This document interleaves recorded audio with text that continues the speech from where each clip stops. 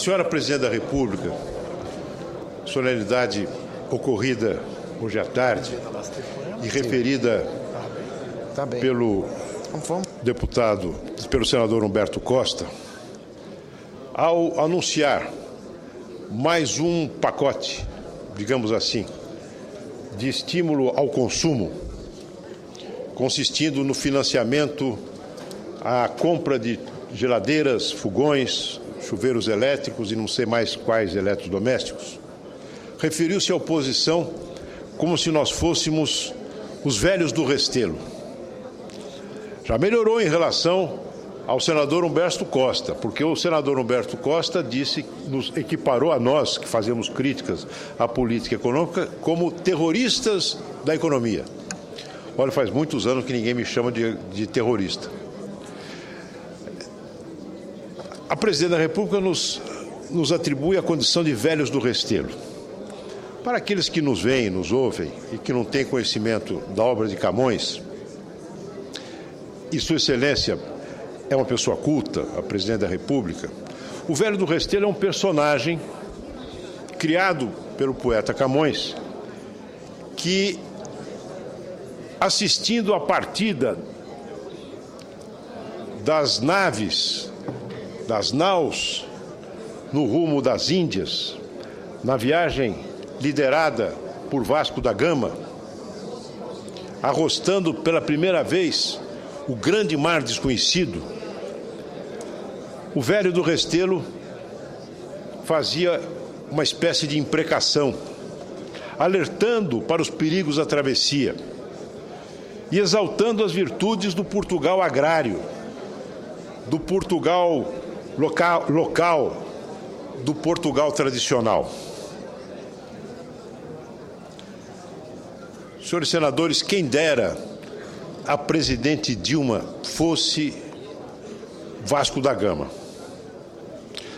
Vasco da Gama era um homem ousado, um homem audaz, um homem que ousou enfrentar uma navegação por mares nunca dantes navegados, na expressão de Camões. Sem contar com os instrumentos modernos que permitem orientar a navegação,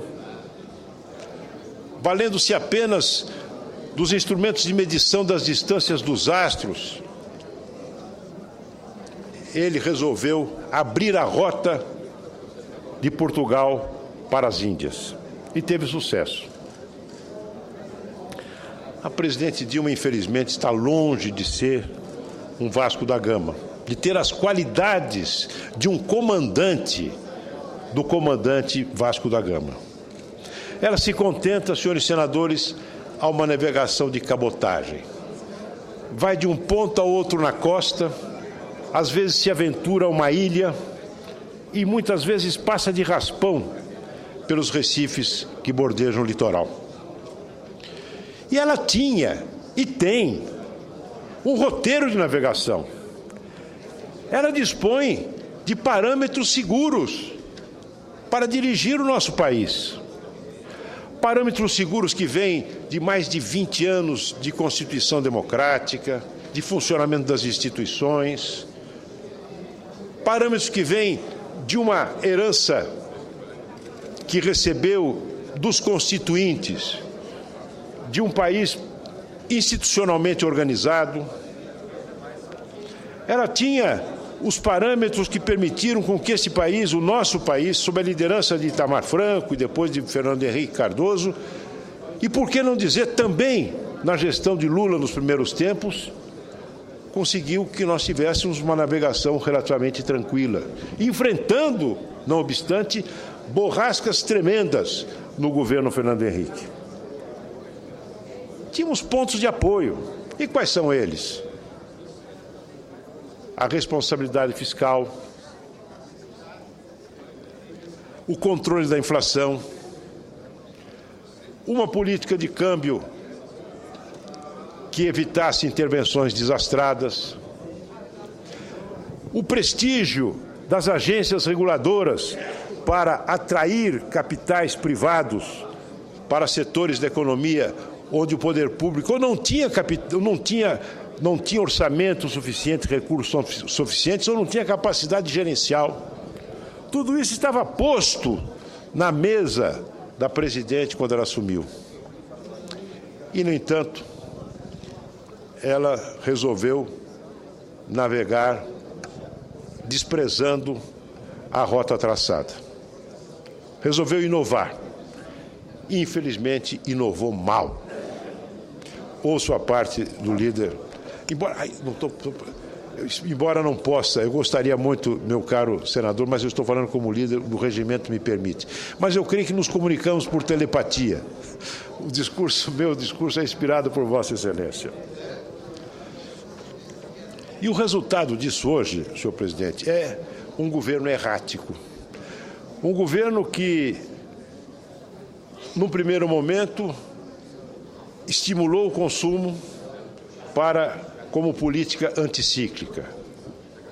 Estendeu mecanismos que eram úteis para tirar o Brasil, para enfrentar o Brasil da crise provocada pela quebra do Lehman Brothers, além do tempo necessário.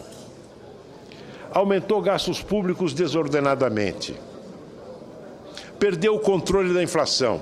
Mais ainda, o presidente disse na África recentemente que não iria concordar com o controle da inflação à custa do desenvolvimento econômico. E o resultado é que nós temos estagnação com inflação alta. Declaração desastrada, porque implicava na reabilitação de um programa que o PT havia, há muito tempo, pelo menos oficialmente, abjurado. Como resultado disso, inclusive, senhor presidente, nós tivemos uma tensão forte na equipe econômica do governo, com mal-estar no Banco Central e de muitos dirigentes da equipe econômica que não se consideravam mais solidários com o governo que havia resolvido aventurar-se. A intervenção do governo na economia revelou-se desastrada. Provocou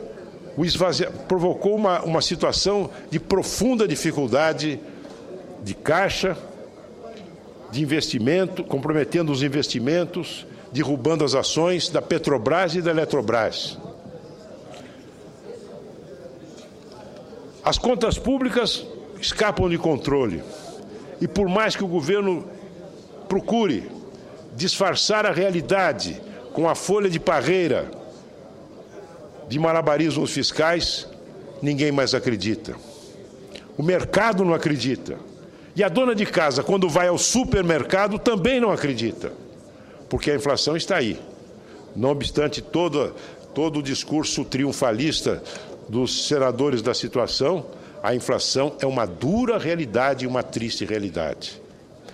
Nós estamos caminhando para uma situação de desequilíbrio de contas externas, tanto mais preocupante quando vemos que no bojo da recuperação da economia norte-americana, muitos investidores resolvem deixar o Brasil para se aninhar no porto seguro dos títulos do Tesouro norte-americano.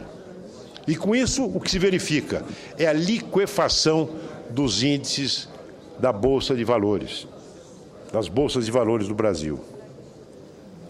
Agora, diante disso, a presidente o que faz? Procura escarnecer da oposição.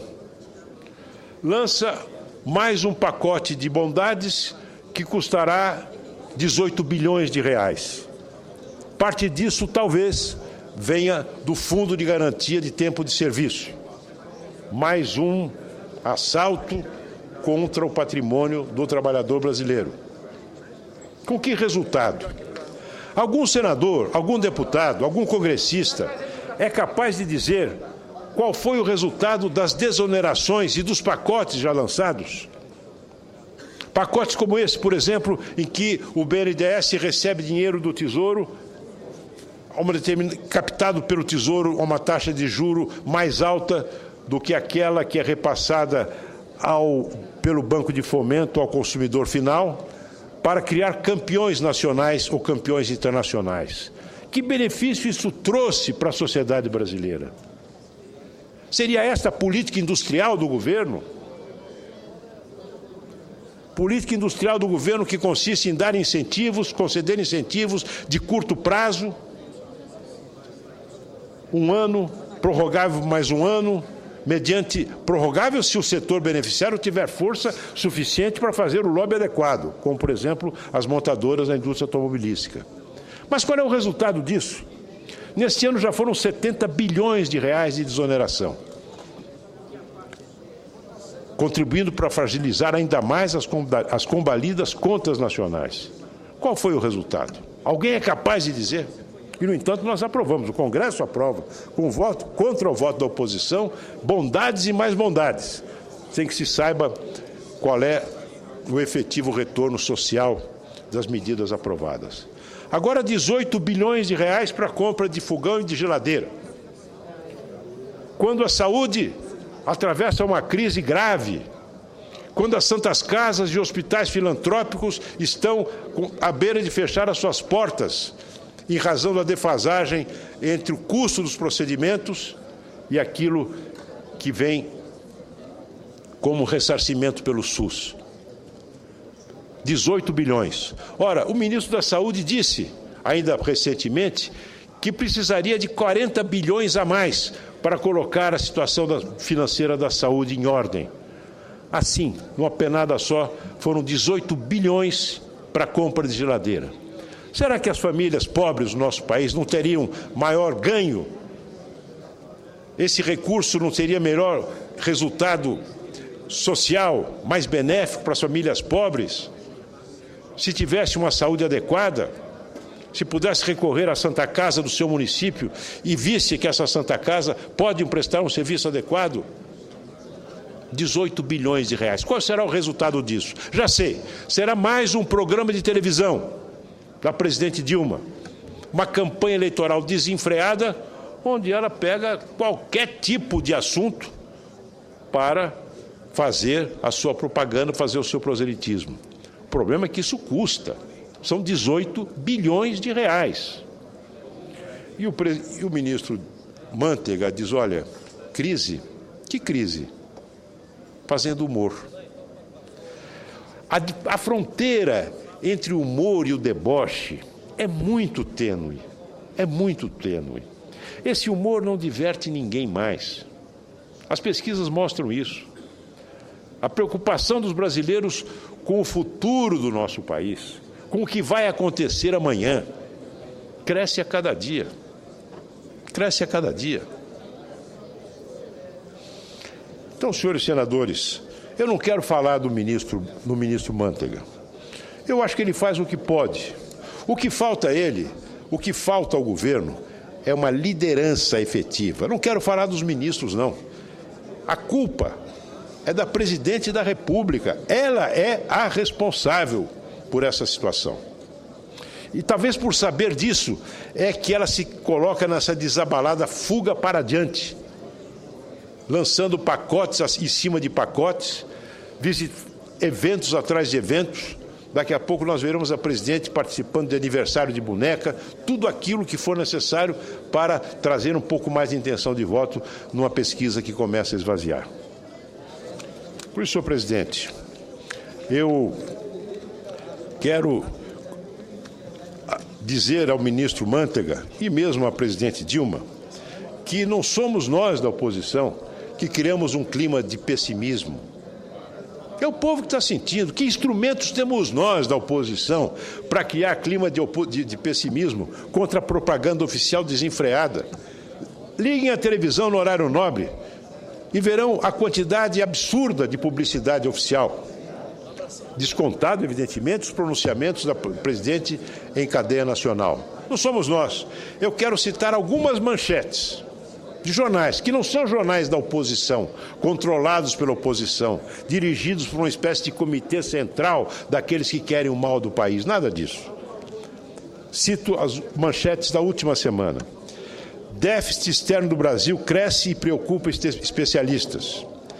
Brasileiros empurram 2013 com a barriga. Investimento empacado. Riscos de inflação e menos investimento em 2015. Risco Brasil sobe 25% em um mês. Mercado reduz para 2,53%, previsão de alta do PIB. Governo perdido. Turbulência à frente. Empinada do dólar. O tombo da bolsa. Custo de vida sem trégua. Carestia aumenta o número de calotes. Enfim, são apenas algumas manchetes. Mas, infelizmente, o governo atual, a presidente Dilma, parece mais preocupada com as suas analogias literárias, com as citações veladas de Luiz de Camões, e o ministro da Fazenda perguntar: que crise? Qual crise? Crise aonde?